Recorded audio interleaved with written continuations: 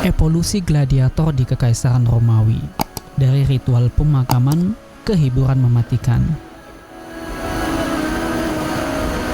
Di Roma, pertarungan gladiator awalnya dimulai sebagai bagian dari ritual pemakaman, tetapi dengan cepat berkembang menjadi tontonan besar yang mendominasi masyarakat sepanjang abad terakhir sebelum Masehi.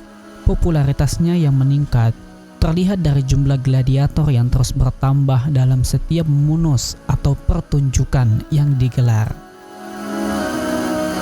Pada tahun 216 sebelum Masehi, pemakaman Konsul Marcus Aemilius Lepidus menjadi ajang pertarungan brutal di mana lebih dari 40 gladiator bertarung hingga titik darah penghabisan hanya dalam kurun waktu kurang dari 4 dekade.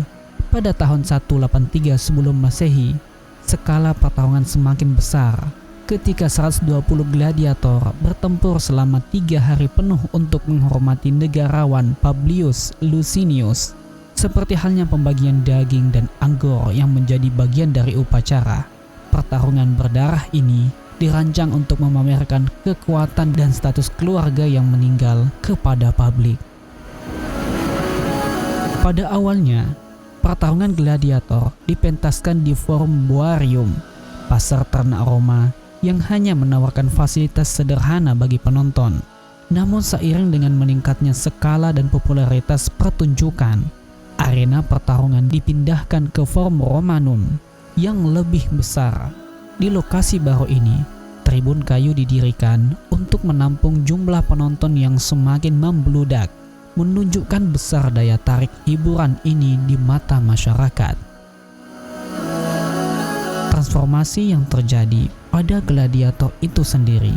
Awalnya mereka hanyalah budak yang dipaksa bertarung dengan senjata sederhana dan tanpa baju besi. Mereka memiliki sedikit atau bahkan tanpa pelatihan dan harus berjuang sekuat tenaga untuk bertahan hidup. Namun, seiring waktu, para penyelenggara penguburan mulai mempersenjatai gladiator dengan baju besi yang biasa dikenakan oleh tentara Romawi, termasuk Camille. Meskipun baju besi ini memperpanjang durasi pertarungan, tujuannya tetaplah sama, menghasilkan tontonan yang penuh darah dan pengorbanan manusia, bukan sekedar memastikan kelangsungan hidup. Akhirnya, baju besi tersebut dihilangkan, meninggalkan para gladiator dengan perlengkapan ikonik yang terdiri dari pedang, helm, dan perisai dengan perlindungan minimal pada bagian dada. Ini membuat luka lebih mungkin berakibat fatal, memastikan bahwa setiap pertarungan akan dipenuhi dengan darah dan kematian. Sebuah tontonan yang brutal namun memikat yang menjadi ciri khas hiburan di Kekaisaran Romawi. Dari penghormatan hingga senjata politik, evolusi munus di Kekaisaran Romawi. Pada abad pertama sebelum Masehi, munus, pertarungan gladiator yang awalnya berfungsi sebagai penghormatan dalam upacara pemakaman, telah berkembang menjadi alat politik yang ampuh. Meskipun secara formal masih dikaitkan dengan penghormatan bagi orang yang telah meninggal, dalam praktiknya munus telah menjadi sarana bagi para pejabat Romawi yang ambisius untuk meraih dukungan publik.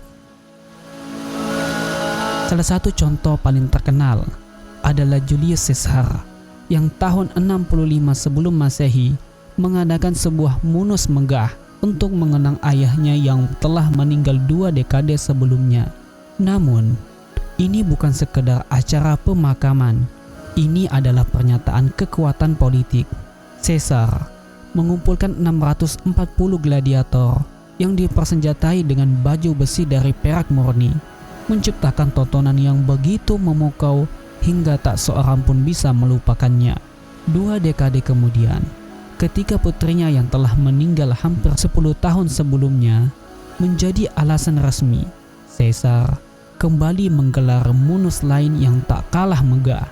Kali ini ia menambahkan sentuhan dramatis dengan mempertemukan 2 anggota aristokrasi Romawi dalam pertarungan mematikan, mempermalukan mereka yang pernah mendukung lawan politiknya, Pompei.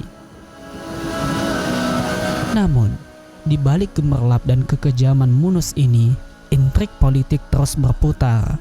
Setahun setelah pertunjukan terakhirnya, Caesar tewas di tangan anggota Senat Romawi, dan Romawi pun terjebak dalam perang saudara yang menghancurkan.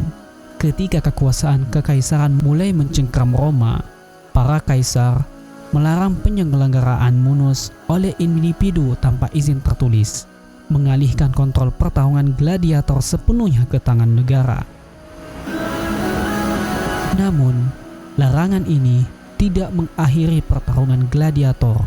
Sebaliknya, Munus berkembang menjadi tontonan yang dikelola langsung oleh kekaisaran, diatur dengan cermat untuk menghormati kaisar dan mengukuhkan popularitasnya di mata rakyat yang masih lapar akan darah, roti dan hiburan. Pertarungan gladiator yang dulunya sebuah penghormatan sederhana, kini telah menjadi simbol kekuasaan yang tidak dapat disangkal, di mana politik dan kekerasan berbaur dalam harmoni yang menakutkan di panggung kekaisaran Romawi. Bagaimana menurut Anda? Semoga dapat menambah wawasan Anda. GNN Indonesia.